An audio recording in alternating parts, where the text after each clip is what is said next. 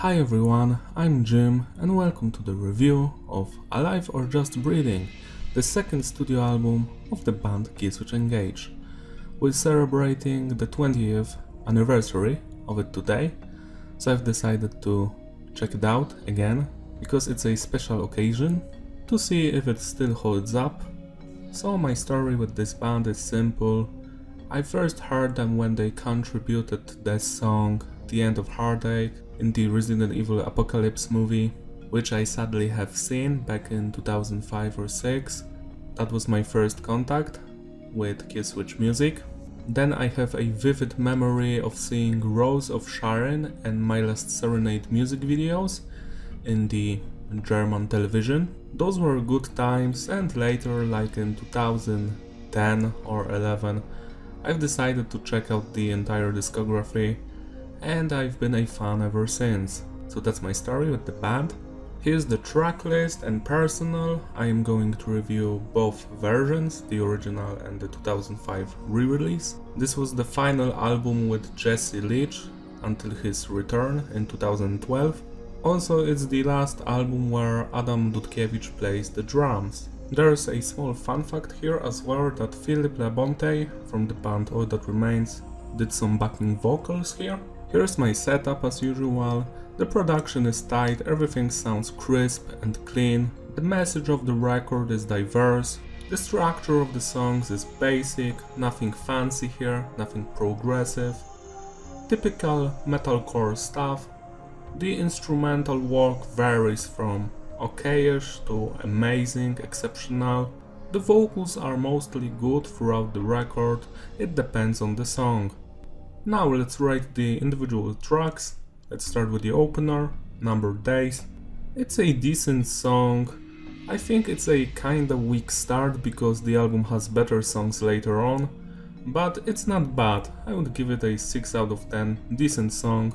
I can say the same thing about Self-Revolution. It's nothing fancy or great, but it does its job. Then we have Fixation on the Darkness. I really find this song average. I do not enjoy the singing at all here. I think it's the weakest song on the record, but it's not like I hate it or something, it just exists. I wouldn't replay it, 5 out of 10. My Last Serenade is a legendary song. I love it from the beginning to the end, everything here clicks. The instrumental work is phenomenal, the vocals hit all the right notes, the screaming, the singing, everything is perfect. I adore this thing. 11 out of 10 easily. Life to Lifeless is similar to the previous song. I love everything about it. I don't think that it's on the same level as My Last Serenade, but I cannot find anything bad here. Every second of this song brings me joy. 10 out of 10. Just Barely Breathing is another banger. The instrumental work is, as usual, amazing. I don't enjoy all of the vocals here, but in the later half of the song there's a great singing stuff which is repeated twice. I love that section of the song. I wish there was more of it. It's my favorite thing in this track. 8 out of 10. To the Sons of Men is a short punch to the face. It has some growling in it, but I think it's not that great. I think it's a good song. Like, I am not going to skip it, I am going to replay it. It's short, so it doesn't overstay its welcome. Good stuff. Temple from the Within is a re-recorded song from the first album. I really enjoy it, especially the singing here. It's just a well-crafted track. 8.5 out of 10. The Element of One is similar to Just Barely Breathing. It's a very competent song, amazing riffage here. I love those melodic death metal vibes throughout the songs. It makes the songs feel more deeper and meaningful. I wish metalcore would go back to this atmosphere, because nowadays they take a lot from pop music, which I do not enjoy at all. But I do love the nu metal influence in nowadays metalcore, but I do miss those At the gates, heavy blast beaty type of riffs and drums. It just brings me back. It's a nostalgic song for me, 8 out of 10. Vide Infra, or however you pronounce it, is another re-recorded song from the first album. Again, I am not particularly enjoying the vocals here, but they are fine for the most part. The instrumental work as usual is interesting to me. 7.5 out of 10. Without a Name is an instrumental track, acoustic song. I think it's average at best. It has no soul or meaning. It's just on the record.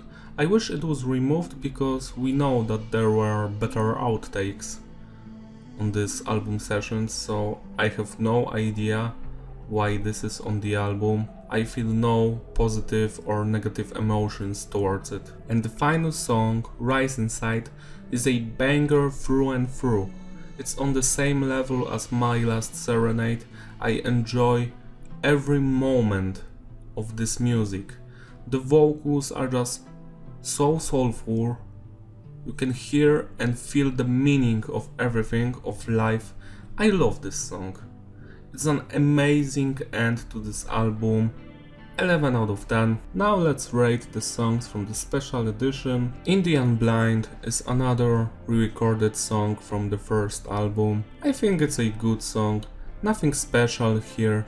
It doesn't stand out from the rest of their music. You're not going to skip it. 7 out of 10. When the Balance is Broken is a total banger, and I don't understand how Without a Name could fit on the record, on the standard one, but this song did not. This song is better than half of the songs on the standard edition. It has amazing instrumental work. I think it kinda drags on at some point, but it's an amazing song. 9 out of 10. Love it. Untitled and Unloved is another acoustic instrumental song. It's better than Without a Name. It's decent. I enjoy it. Numbered Days demo version, I think it has a better quality than the actual album. I have the same opinion about Just Barely Breathing demo, and when it comes to Fixation, I don't enjoy it still. I think it's average. And the version with Howard Jones on vocals, it still doesn't fix anything. You can play it in the background and it exists, but I do not enjoy the chorus. The rest is fine, I guess. That was my review of individual songs. Now let's get back to the whole album package. The consistency of the record is various. There are some legendary songs here, some great ones and some average ones. The flow is fitting. You are not going to skip probably anything, at least I do not. Replayability?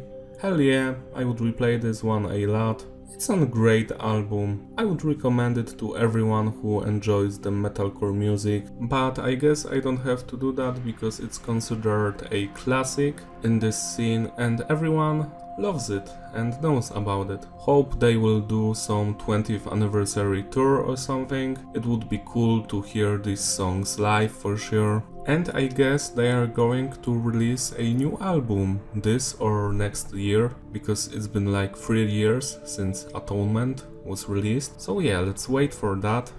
Thank you for watching. I hope you've enjoyed this review. Like and subscribe. Don't forget to write down in the comments what are your thoughts about this album. Do you think it's great or maybe it's overrated? I will see you next time. Bye!